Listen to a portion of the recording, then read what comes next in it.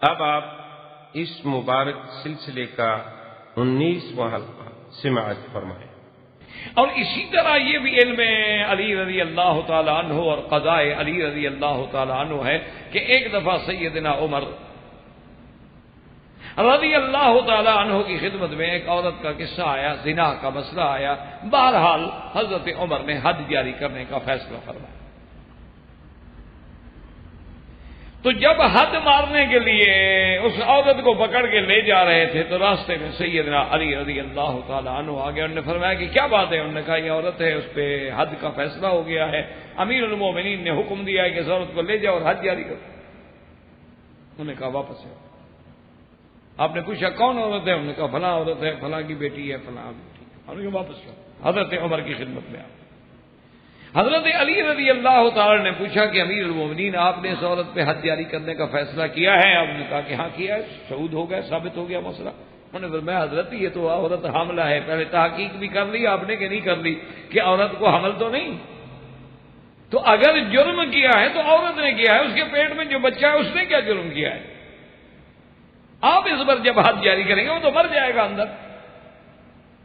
جس کو کوڑے مارے جائیں، 100 کوڑا مارا جائے یا رجم ہو تو ویسے پتھر مار مار کے مار دیا جائے تو بچہ تو مر جائے گا، اس کا کیا جرم ہے؟ آپ اس کو اس وقت تک حد نہیں مار سکتے جب تک کہ اس کی ولادت ہو، وضع حمل ہو، بچہ پیدا ہو جائے، اور پھر پیدا ہونے کے بعد جب وہ کھانے کے قابل ہو جائے، رضاعت کون کرے گا؟ اس کو کون دودھ پلائے گا؟ اس عورت کے بچے کو کون دودھ پلائے گا جو گناہ کر کے کھڑی ہے؟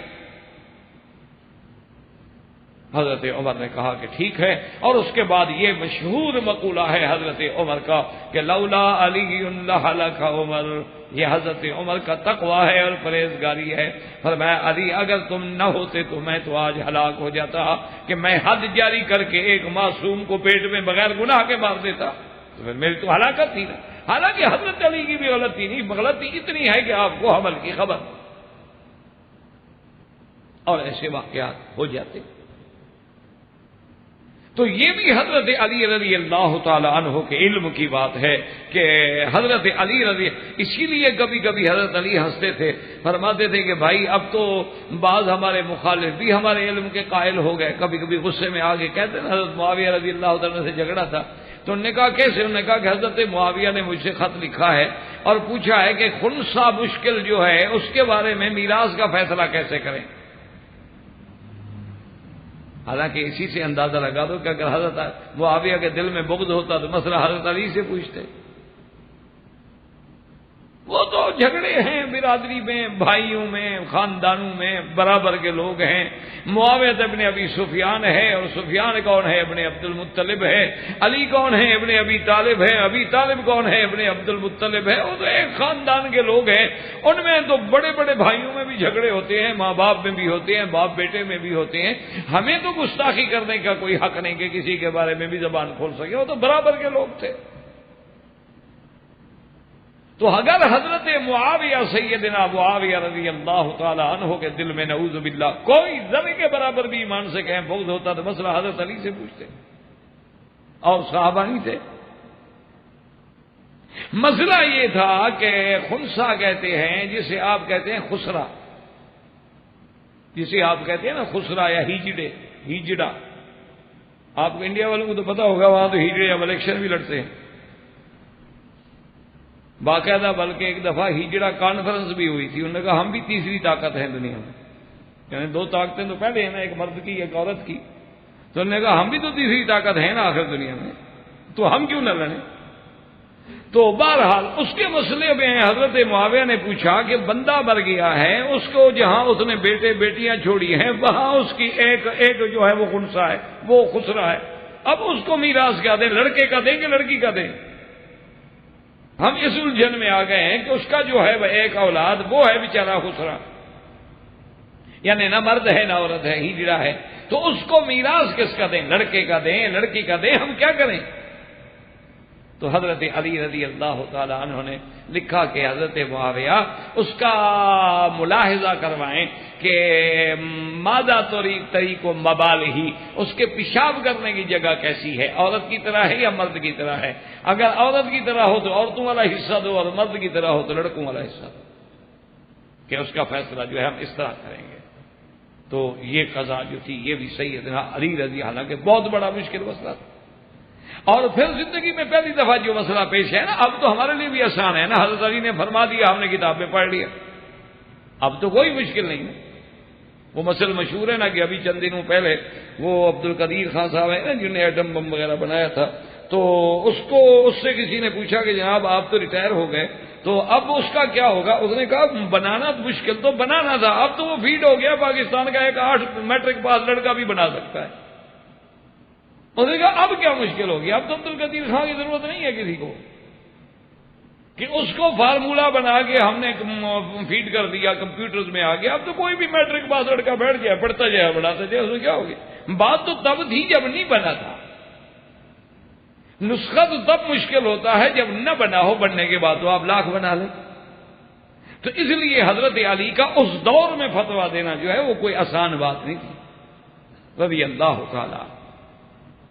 تو اب جناب دیکھیں کہ سیدنا علی رضی اللہ تعالی عنہ اور سیدنا علی رضی اللہ تعالی عنہ کا ایک عظیم علم کا فیصلہ دیکھیں کہ حضور پاک کی ایک بی بی ہے ماریہ قبطیہ. ماریہ قبطیہ سے بھی آپ کے ایک بیٹے ہیں ابراہیم، ان کا نام تھا ابراہیم. اچھا، اللہ نے ایسا وہ بیٹا پیارا دیا تھا حضور صلی اللہ علیہ وسلم کو. ویسے تو سب بیٹے پیارے تھے، اور حضرت ابراہیم اتنے پیارے تھے کہ حضور نے فرمایا کہ اگر میرا یہ بیٹا زندہ ہوتا اور نبوت کا دروازہ کھلا ہوتا تو اللہ اس کو بھی نبی بنا. اتنی شان والے بیٹے.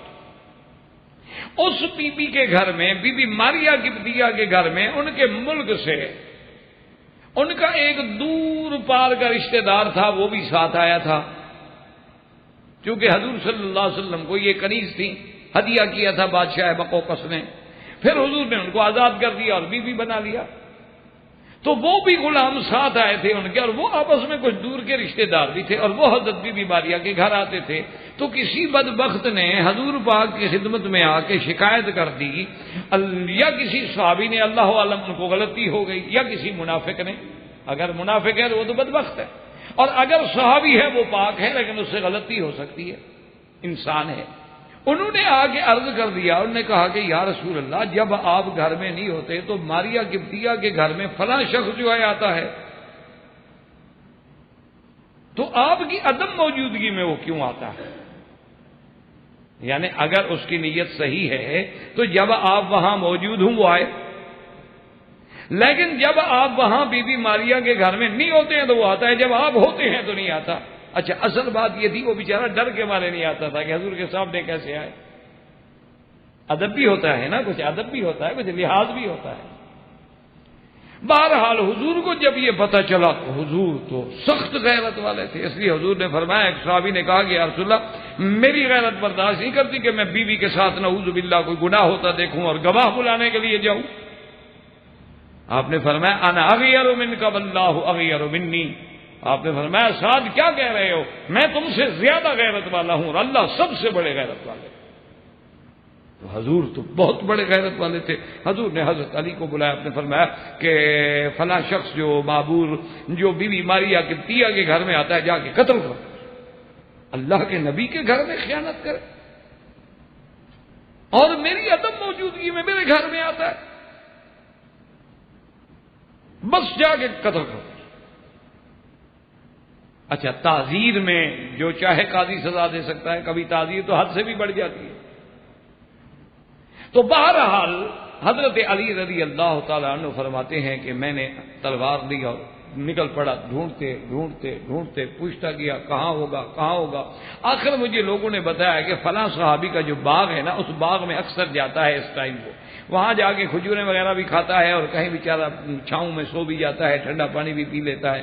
تو وہاں جب گیا تو حضرت علی فرماتے ہیں خدا کی شان ہے کہ میں جب وہاں گیا تو وہ کنویں کی منڈیر کے اوپر بیٹھا ہوا تھا. کنویں کی منڈیر بنی ہوئی تھی، اس کے اوپر بیٹھا تھا اینٹوں میں، اور میرے ہاتھ میں جو تلوار دیکھی اور حضرت علی کا چہرہ غصے میں جلال میں آیا ہوا.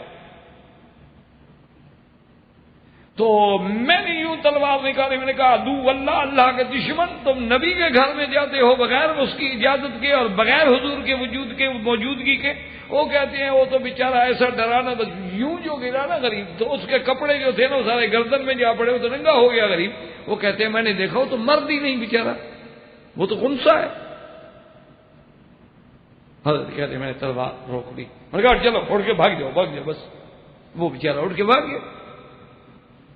تو میں جب واپس آیا تو حضرت حضور انتظار میں ہے، فرمایا ماذا فعلت یا علی، علی تم نے کیا کیا ہے، اس کو قتل کر دیا؟ میں نے کہا لا یا رسول اللہ، کیوں؟ میں نے کہا یا رسول اللہ واقعہ تو میرا عرض تو سن لیں، میں جب گیا میں نے تلوار نکالی، وہ ڈر کے مارے گر گیا، اس کے کپڑا کھل گیا، وہ تو یا رسول اللہ مرد ہی نہیں ہے، وہ تو غریب خسرا ہے، خنثی ہے، تو وہ نعوذ باللہ کسی بری نیت کے ساتھ کسی کے گھر میں کیا جائے گا؟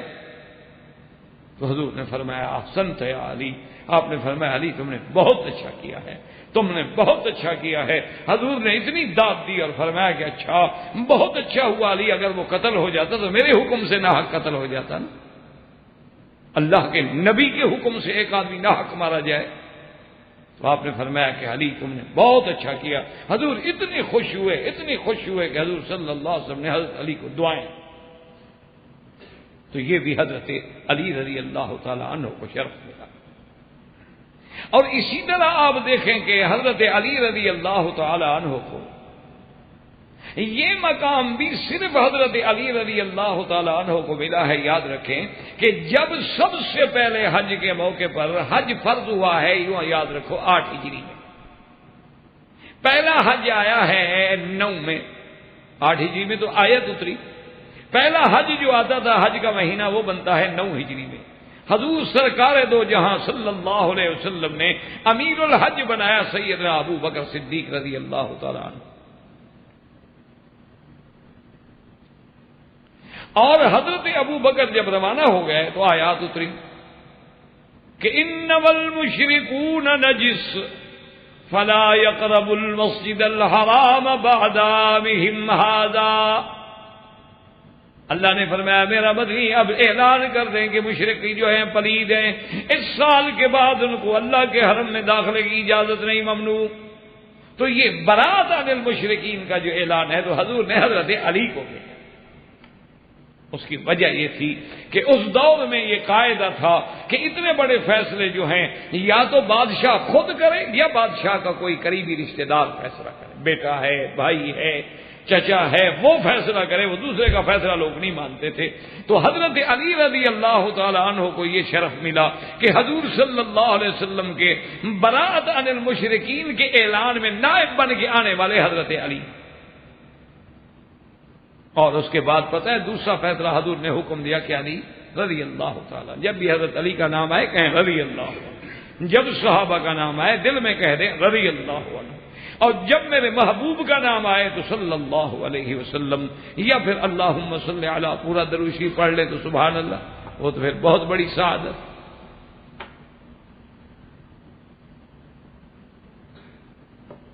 تو سیدنا علی رضی اللہ تعالی عنہ کو آپ نے یہ بھی حکم دیا کہ حضرت علی تم مکہ جا رہے ہو، تو ایک تو اعلان برات عن المشرکین، اور دوسرا فرمایا لا تدا قبرا مشرفا الا سویتہ، اور مکے میں جا کے حرم کے حدود میں دیکھیں جو قبریں اونچی ہیں ان کو برابر کر دو، اور اس کے بعد فرمایا ولا تمثیلا، اور کوئی بت بنا ہوا ہے توڑ دو، کوئی تصویر بنی ہوئی ہے تو مٹا دو۔ یہ حکم بھی حضرت علی کو حضور صلی اللہ علیہ وسلم نے دیا اور حضور کے نائب بن کے آئے۔ صحابہ کہتے ہیں کہ پھر حضرت علی نے حرم میں، مینا میں، عرفات میں، مزدلفہ میں، سوق عکاظ میں، ہر جگہ جا جا کے وہ اعلان کیا جس کے لیے حضور صلی اللہ علیہ وسلم نے آپ کو اپنا نائب بنایا تھا۔ تو یہ شرف جو ملا ہے وہ بھی سیدنا علی رضی اللہ تعالی عنہ کو۔ اور اسی طرح یاد رکھیں کہ ایک دفعہ کا یہ واقعہ بھی آتا ہے کتابوں میں، لیکن اس کی سند کا مجھے اس وقت تک تحقیق نہیں ہو سکی، بہرحال باقی معاملات سے اس کی تائید ضرور ہوتی ہے کہ حضور صلی اللہ علیہ وسلم تشریف لے آئے کعبۃ اللہ میں، اور کعبۃ اللہ کے اندر تصویریں بنی۔ جیسے آج کل دیکھا ہے نا آپ نے، کتنے مسلمان ہیں اللہ معاف کرے گھروں میں تصویریں رکھتے ہیں. یہ کیا ہے جی؟ میرے مرشد کی تصویر ہے. یہ کیا ہے جی؟ میرے ابا جان کی تصویر. یہ کیا ہے جی؟ میرے دادا جان کی تصویر ہے. اور باقاعدہ اس کو پھول پہناتے ہیں، باقاعدہ احترام و تعظیم کرتے ہیں جو شرعاً حرام. اور بعض گھروں میں تو ہم نے یہ دیکھا ہے، اور عجیب یہ ہے نعوذ باللہ کہ ان کے اندر تصویریں باقاعدہ فریم میں لگی ہوئی ہیں اور نماز بھی پڑھ رہے ہوں. اللہ کے بندے کم از کم اس کمرے سے تو نکال دو جہاں خدا کی عبادت کرتے ہیں. تو بہرحال تو اللہ کے کعبے میں بھی لوگوں نے ایک تو بت رکھے تھے نا جی بڑے بڑے، اور ایک یہ ہے کہ دیواروں پر بھی انہوں نے تصویریں بنا دی تھیں. اچھا، اور وہ تصویریں بھی اللہ معاف کرے عجیب، اب کہیں تو حضرت ابراہیم علیہ السلام کی تصویر بنا دی، کہیں حضرت اسماعیل کی بنا دی، اور کہیں بی بی مریم کی بنا دی محض تخیلات سے. تو حضور صلی اللہ علیہ وسلم نے حضرت علی رضی اللہ تعالیٰ عنہ سے کہا کہ حضرت علی آپ ایسا کریں، چونکہ حضرت علی پہلے اللہ کے نبی نے حکم دیا کہ آپ بیٹھے تو میں تمہارے حضرت علی نے کہا یا رسول اللہ میں آپ کا بوجھ برداشت نہیں کر سکتا. لیکن حضور نے فرمایا اچھا علی تم میرا بوجھ برداشت نہیں کر سکتے، میں تو علی کا بوجھ برداشت کر سکتا ہوں، تم میرے کندھے پہ کھڑے ہو جاؤ. تو یہ کوئی معمولی شرف نہیں تھا کہ حضور صلی اللہ علیہ وسلم کے کندھے پہ کھڑے ہوں کہ حضرت علی رضی اللہ تعالیٰ عنہ. اور کتنی دیر لگی ہوگی تصویر مٹانے میں؟ کوئی 1 منٹ تو نہیں لگا ہوگا نا کہ ایسے ہاتھ پھر اور مٹ جائے. تو یہ مقام جو تھا یہ بھی سیدنا علی رضی اللہ تعالیٰ عنہ کو اللہ تبارک و تعالیٰ نے نصیب فرمایا تھا، اور کسی کو یہ مقام جو ہے نہیں ملا. اور اسی طرح سیدنا علی رضی اللہ تعالیٰ عنہ کا علم اور آپ کا حلم اور آپ کے حوصلہ ملاحظہ کریں. آپ کی درع تھی ایک دفعہ چوری ہو گئی.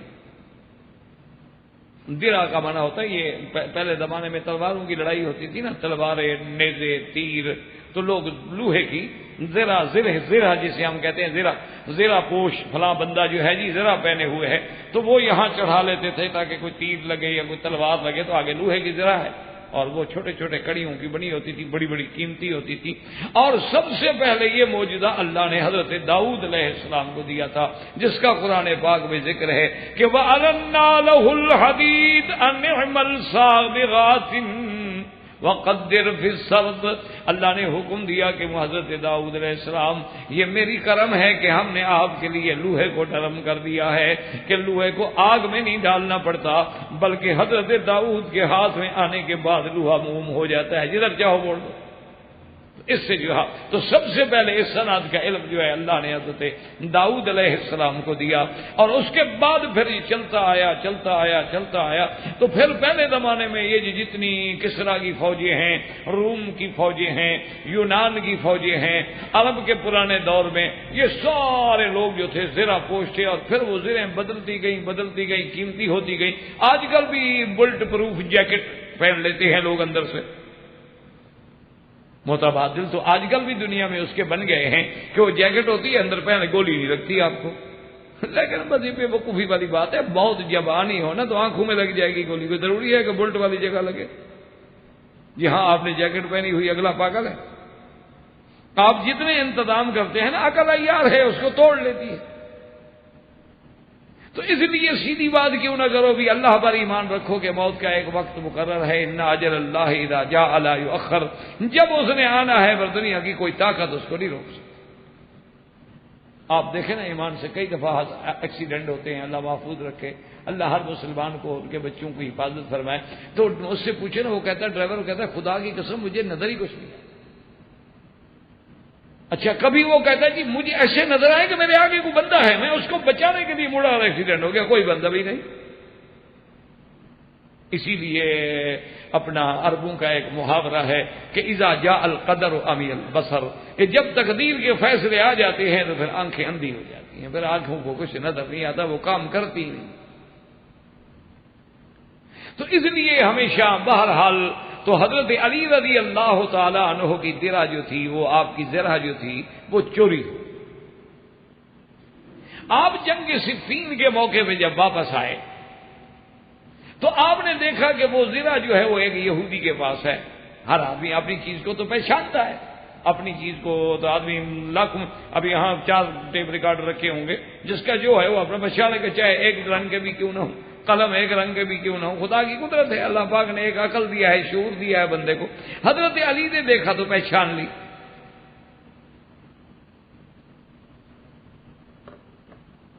حضرت علی رضی اللہ تعالی عنہ نے اس یہودی کو بلایا کہ بھئی یہ درہ تو میری ہے، انہوں نے کہا جی نہیں۔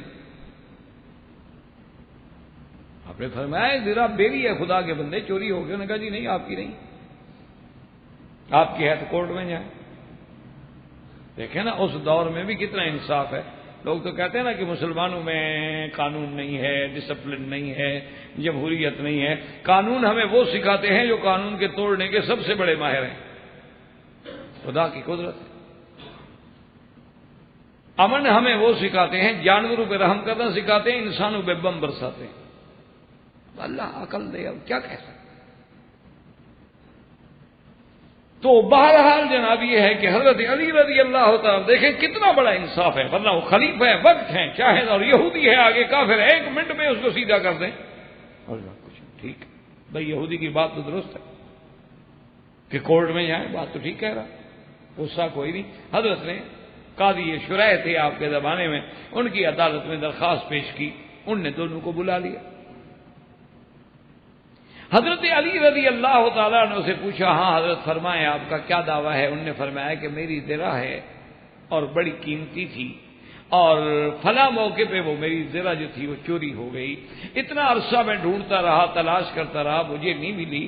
جنگ صفین پہ واپسی پہ میں نے دیکھا تو یہ یہودی نے پہنی ہوئی تھی، میں نے اپنی زرہ پہچان لی، اس سے مانگی ہے یہ نہیں دیتا، یہ زرہ میری ہے، مہربانی کر کے آپ عدالت ہیں، آپ قاضی ہیں، جج ہیں، مجھے دلائیں۔ تو حضرت قاضی شریح نے فرمایا کہ حضرت علی آپ تو خود خلیفۃ المسلمین ہیں، اور ماشاءاللہ آپ تو خود سب سے بڑے فیصلے کرنے والے ہیں، آپ کو پتہ ہے کہ حضور کا فرمان ہے البینۃ علی المدعی، کہ جو آدمی دعویٰ کرے ثبوت پیش کرے، تو آپ ثبوت پیش کریں گے یہ زرہ آپ کی ہے؟ حسن فرمایا ہاں بالکل ثبوت موجود ہے، میرا غلام ہے کمبر، وہ جانتا ہے، بلاؤ بھی کمبر کو۔ نہیں حضرت کمبر کو نہ بلائیں۔ نے کہا کیوں؟ نے کہا غلام کی شہادت میں نہیں قبول کرتا، وہ تو آپ کا غلام ہے، آپ کے حق میں شہادت نہیں دے گا تو کیا کرے گا؟ گواہ تو غیر جانبدار ہونا چاہیے۔ آپ ایمان سے کہیں کیا قاضی شریح یہ سمجھتے تھے کہ حضرت علی جھوٹ بولے گا؟ یا قاضی شریح یہ سمجھتے تھے نعوذ باللہ کمبر جو حضرت علی کی صحبت میں ہے، آپ کا غلام ہے، وہ بھی جھوٹ بولے گا؟ لیکن قانون قانون ہے، روایات روایات ہیں، اسلام اسلام ہے، عدل عدل ہے، ضابطہ ضابطہ ہے، اس میں کوئی لچک نہیں۔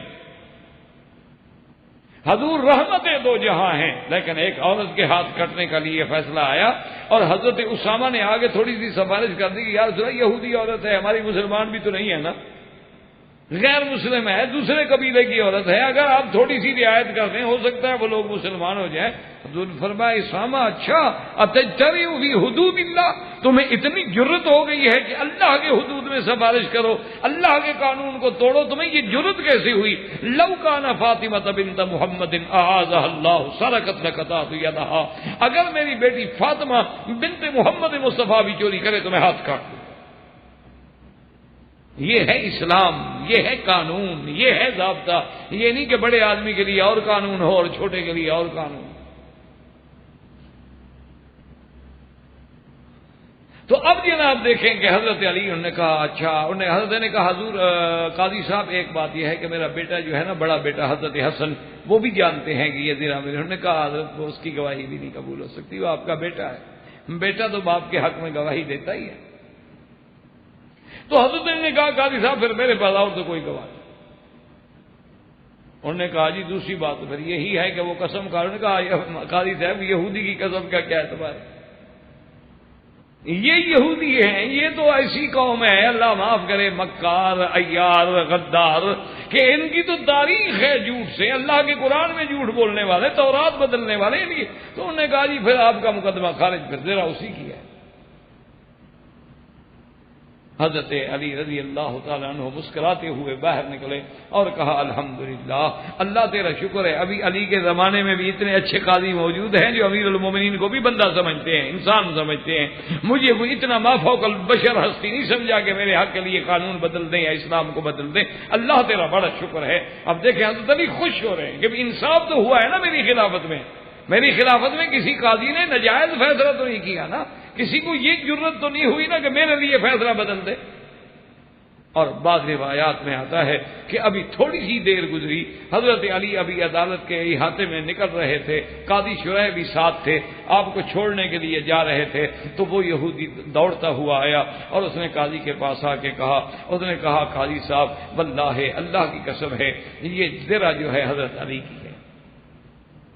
انہوں نے کہا یہ حضرت علی کی ہے۔ حضرت علی بالکل سچ بول رہے تھے، فلاں بندے نے چوری کی تھی اور میرے پاس بیچی تھی، میں نے خریدی تھی، یہ زرہ حضرت علی کی ہے، میں ان کو واپس کرتا ہوں، اور صرف میں ان کو واپس نہیں کرتا بلکہ مہربانی کر کے مجھے کلمہ پڑھا دیں۔ آج مجھے سمجھ آ گیا کہ عدل ہے تو اسلام میں کہ ایک یہودی کے مقابلے پہ حضرت علی کا مقدمہ خارج کر دیا جائے، اور پھر کمال یہ ہے کہ حضرت علی ناراض بھی نہ ہو۔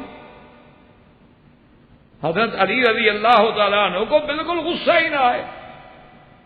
اس سے بڑی بات کیا ہو سکتی ہے کہ حضرت علی رضی اللہ تعالیٰ عنہ کے خلاف فیصلہ ہو جائے اور ایک قاضی فیصلہ کر دے اور حضرت علی رضی اللہ تعالیٰ عنہ ان سے غصہ بھی نہ کرے۔ اور اسی طرح دیکھیں یہ حضرت علی کی شان ہے کہ ایک آدمی ہے، اس کا نام تھا القوا، اور ایک ہے قیس ابن عبداللہ۔ بعض روایات میں اس کا نام آتا ہے القوا ابن عبید اور دوسرے کا نام ہے قیس ابن عبداللہ۔ وہ دونوں آئے حضرت علی رضی اللہ تعالیٰ عنہ کی خدمت میں اور آگے پوچھنے لگے، انہوں نے کہا کہ حضرت علی انشدک باللہ، ہم آپ کو اللہ کی قسم دیتے ہیں، ایک بات پوچھتے ہیں، خدا کے لیے ہمیں سچی بات کہہ دیں، کیونکہ بہت بڑی دنیا جو ہے اس مسئلے میں الجھ گئی ہے، بہت بڑی دنیا جو ہے اس مسائل میں، اس ابتلا میں، امتحان میں آ گئی ہے، خدا کے لیے آپ ہمیں سچی بات کہہ دیں۔ حضرت علی نے فرمایا کہ کیوں قسم دیتے ہو؟ الحمدللہ علی نے تو کبھی پہلے بھی جھوٹ نہیں بولا اور نہ اب جھوٹ بولے گا، پوچھو کیا بات ہے؟ انہوں نے کہا کہ حضرت ابو بکر، حضرت عمر، حضرت عثمان، اور ایک روایت میں حضرت ابو بکر اور حضرت عمر، حضرت عثمان کا نام نہیں، اور ایک روایت میں حضرت عثمان کا نام بھی شامل ہے، کیا آپ ان کو خلیفہ برحق سمجھتے تھے یا وہ قابض ہو گئے اور آپ بھی مجبوراً خاموش رہے؟ اب دیکھو کتنا بڑا سوال ہے۔ اچھا، اور پھر یہ وہ وقت ہے کہ جب آپ بالکل یعنی اختلافات کے شکار ہو چکے ہیں اور زبردست اختلافات ہیں، ایک طرف محب مفرد ہیں اور ایک طرف مبغض مفرد ہیں، ایک طرف روافض ہیں، ایک طرف خوارج ہیں، اور سیدنا علی درمیان میں یعنی اتنے پریشان ہیں۔ لیکن اس وقت اس کے بعد آپ نے فرمایا، انہوں نے کہا کہ واللہ، آپ نے فرمایا دیکھو تم نے مجھے قسم دی تھی، اب میں بھی قسم کھاتا ہوں کہ واللہ مجھے اللہ کی قسم ہے، اللہ کے نبی کے بعد سب سے زیادہ حق والے اگر خلیفے تھے تو ابو بکر عمر عثمان تھے، اور سب سے زیادہ اگر دنیا کی اس سرزمین میں کوئی مجھے محبوب ہے تو ابو بکر عمر عثمان۔ میں نے کہا کیا بات کریں؟ یعنی آپ اندازہ کریں حضرت علی کی شجاعت کا، حضرت علی رضی اللہ تعالیٰ عنہ کی صداقت کا، کہ آپ نے بالکل ایک منٹ کے لیے بھی پرواہ نہیں کی، جو ایک رائے ہے کھلی بیان کر دی۔ اور اسی طرح تاریخ میں ایک واقعہ آتا ہے کہ حضرت عمر رضی اللہ تعالیٰ عنہ نے ایک دفعہ ذرا امتحان لینے کے لیے اپنے صحابہ کی موجودگی میں کہا کہ اصحاب رسول اللہ، مجھے اللہ کے نبی کا خلیفہ بنا دیا گیا، میں انشاءاللہ کوشش کروں گا کہ صراط مستقیم میں چلوں، لیکن اگر کبھی خدا نہ کرے میرے اندر بھی کوئی ٹیڑھا پن آ جائے۔ سب سے پہلے حضرت علی اٹھے، فرمایا عمر تم اگر نبی کے رستے سے ہٹ کے ٹیڑھے ہوگا تو تلوار سے علی بیٹھا نہیں سیدھا کر دے گا۔ تو یہ شجاعت بھی سیدنا علی رضی اللہ عنہ کو تھی کہ حضرت عمر جیسے آدمی کے سامنے، خلیفہ رسول کے سامنے، لیکن حق بات تھی، جب حق بات کہنی تھی تو حضرت علی رضی اللہ تعالی عنہ لا یخاف لومۃ لائم، پھر کسی ملامت گر کی ملامت سے نہیں ڈرتے تھے، جو بات ہونی تھی وہ کہہ دیتے تھے اور علی سبیل تصریح فرما دیتے تھے جس میں کسی قسم کا ان کو خیال جو ہے وہ نہیں آتا۔